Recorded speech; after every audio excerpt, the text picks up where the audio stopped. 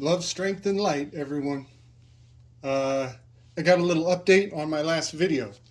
I talked to a good friend from the area, and he and I reasoned that the slaughterhouse from my previous installment may have had more to do with swine, with pigs, with Ham. The land of Ham is Egypt and Asia. These are the land of Ham. And just a quick bridge from so that location where the pigs were slaughtered, the animals of the land were slaughtered, in the circulation of the region, the blood of the people, feeding off of that one location, and it became a dog park. Anubis. It went under the jurisdiction of Anubis. I want to point out that the fact that it might have been pig being slaughtered at that location is way more profound than the cattle. Pig is well known to be a source of toxoplasmosis, and this fully supports my previous statements that toxoplasmosis it will inundate the territory. It's like laying a claim over the land, and it does come from cats. It can also be found in pigs, and eating the pig is a great way to sustain a high level of toxoplasmosis. So go back, look at the turpentine videos. Go back, look at the absinthe. A couple real good ideas on how to handle some some parasites.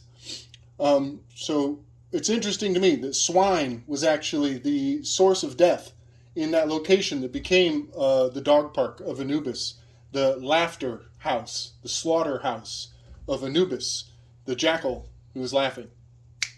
All right. So the fact that swine has inundated the diet of Spain as well as China, the lands of Ham, it's very profound. Now, Spain is not Egypt per se, right? Well, guess what? They did some DNA analysis of the Egyptian kings of Anubis and Nefertiti, and they, the scientists, the seancists, they say that Spain is 70-some% related to Akhenaten and Nefertiti. Also, which ties back to China, Egypt, Ham, and the diet of those people. I will probably have to do another video connecting Nefertiti,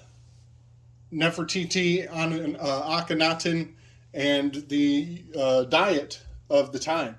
But swine is steeped in toxoplasmosis gondii, and therefore you can bet that Spain, which we asserted may be the genuine location of the crucifixion, is inundated with mind control subjects, people who are inundated in swine and probably have their decision making quite altered as they no longer practice a kosher diet.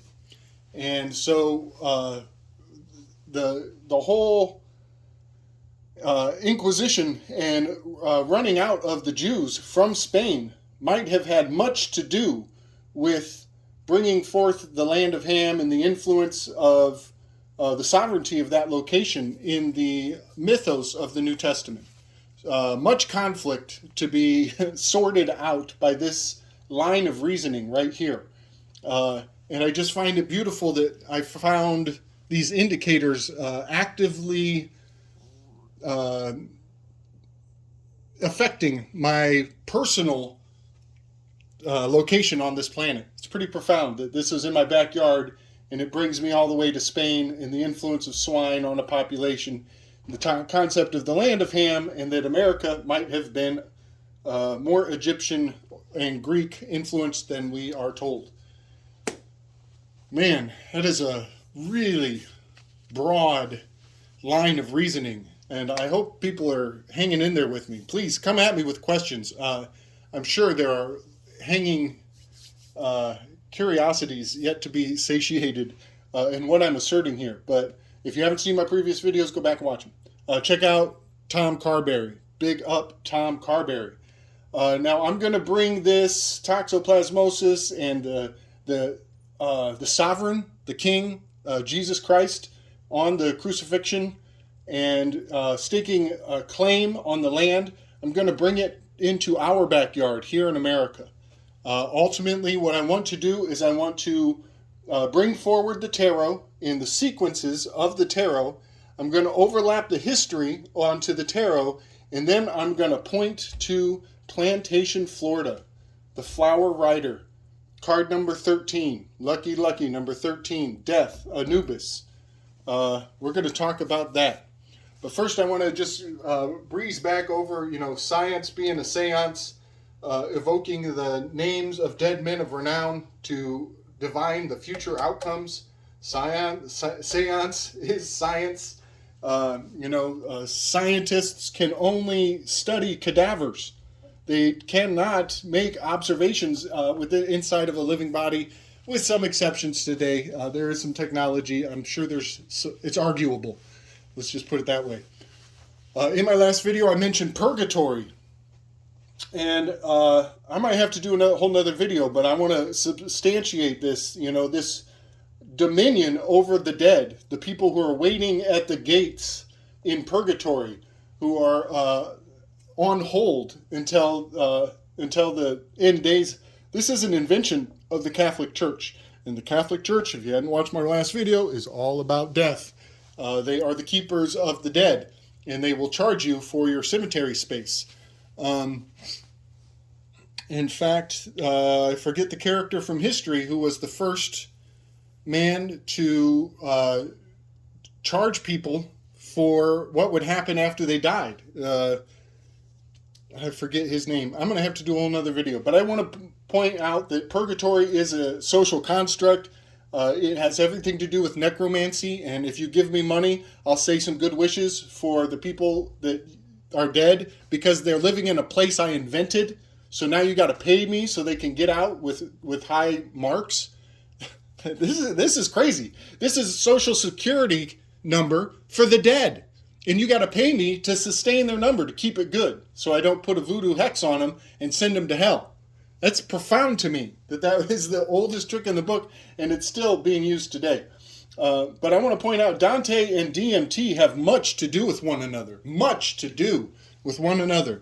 The Divine Comedy of Dante, first of all, I'm not sure if I can show this very well. If you can see that, the very introduction of Dante, he has to go past the lion guarding the gates. And so here we have the lubrigato, the tinted, the darkness, the dark cat, the lubrigato. And I do believe that, the people writing this book were indicating that they are in the know, that they know the sacred location there between the Lubrigato and the Bezos River, having much to do with Gates and Bezos from videos and videos ago. So how is Dante and DMT related, other than the fact that they're both pretty damn psychedelic? Well, I would point out that Dante has 3 chapters.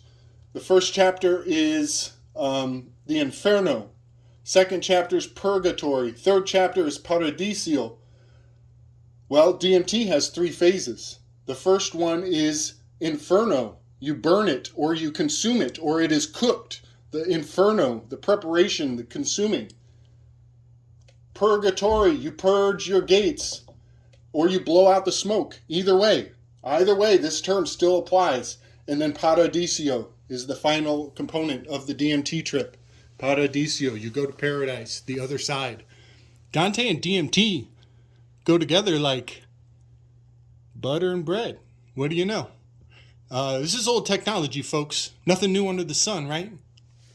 So here we go. We're dealing with the unseen world, with, microbiology, with chemicals and human reactions to these chemicals and the spiritual significance of it all locked away in that underworld, in the fall.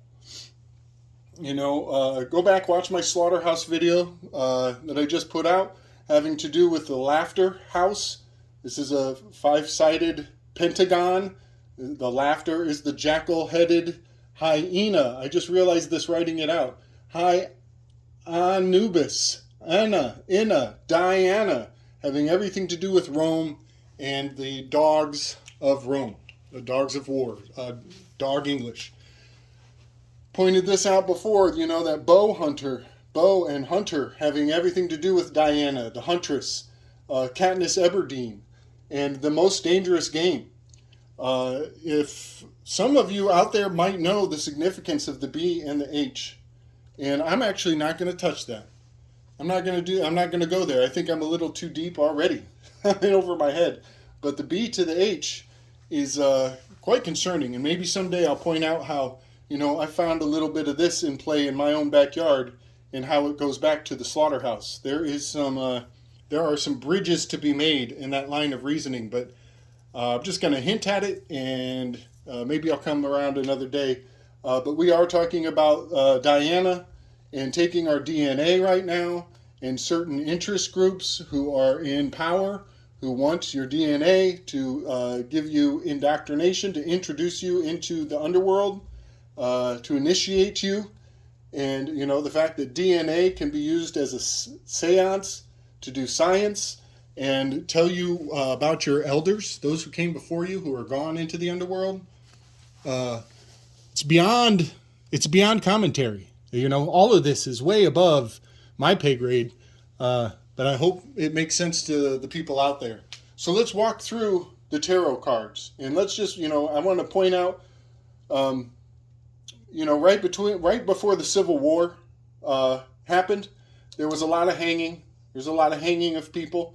Really horrible, terrible terrorism. There was terrorism marching across the landside of this country.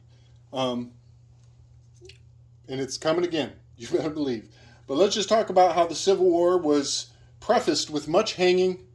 And then the 13th Amendment comes out as a result afterwards.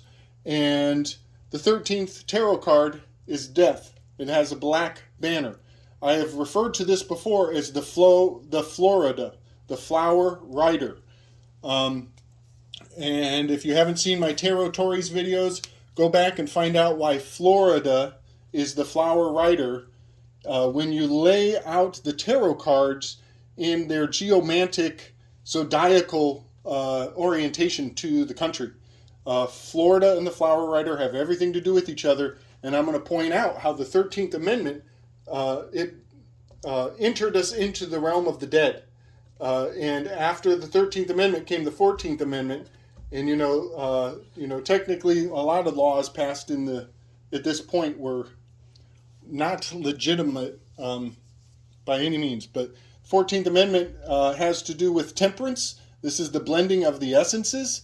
I find it interesting, it was right here before the 13th that Lincoln got a shot in the head, but I can't help but see that light coming out of her skull, having much to do with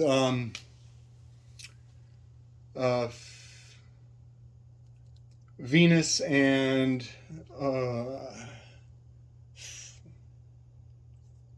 I forget her name. It's a goddess. Her name has the word Phren, having to do with the head. But I'm going to move forward. So 14th Amendment gave us citizenship. 13th Amendment made, had to do with emancipation of slaves, turning the word slave into the word criminal. And then we have citizenship. And what is the next card? It's the devil card. And these guys are depicted with chains around their ankles that they could step away from at any point. A card after the devil is the Tower card, which is built to collapse by design. And that has much to do with the Pilcrow. A time to wash away and build new concepts. All of this flow with a historical overlay is leading into the invention of the corporate personhood. 14th Amendment citizens giving the Titans life, bringing life to the Titans. I remembered the name of that court case. It was Tompkins versus the Railroad, I think. I'll bring that up in another video, but I want to point out that Plantation, Florida is where Social Security numbers live. That's where they've been planted. That's where the flag is stuck in the Florida Flower Rider. That's where they put our flag, is in Plantation, Florida. And you better believe Plantation has everything to do with the Plantagenet family. The rulers of America, the actual bloodline of all the presidents, including Martin Van Buren. When you include the maternal bloodlines. The little magician, Martin Van Buren, was a distant Plantagenet, whose skull is drank out of in ceremony for Skull and Bones at Harvard, Yale, whatever. So here's Florida, and right over here somewhere is Plantation, Florida, where the flag is put into the ground in the Flower Rider, the death card. This is where people go to retire. This is the flaccid penis of the country. Fluoride, the Flower Rider, the death card, the hanging chads. See my previous video. This all leads into the Bermuda Triangle, which has much to do with the underworld and dimensional shift. So this whole quadrant being related to the Ankh, to the forbidden territories, to the castaways, the unwanted, the South. The South was the Judas of the Civil War. All of this is supported with the in relating to necromancy, geomancy, the tarot, twilight language, and the truth of the fact that we are worshiping science, the seance of our elders. Don't eat pig, y'all. Have yourself a nice little shot of absinthe. Go get some medicinal grade turpentine and use with caution. This is not medical advice. This is love from my heart to yours. Peace and strength, y'all.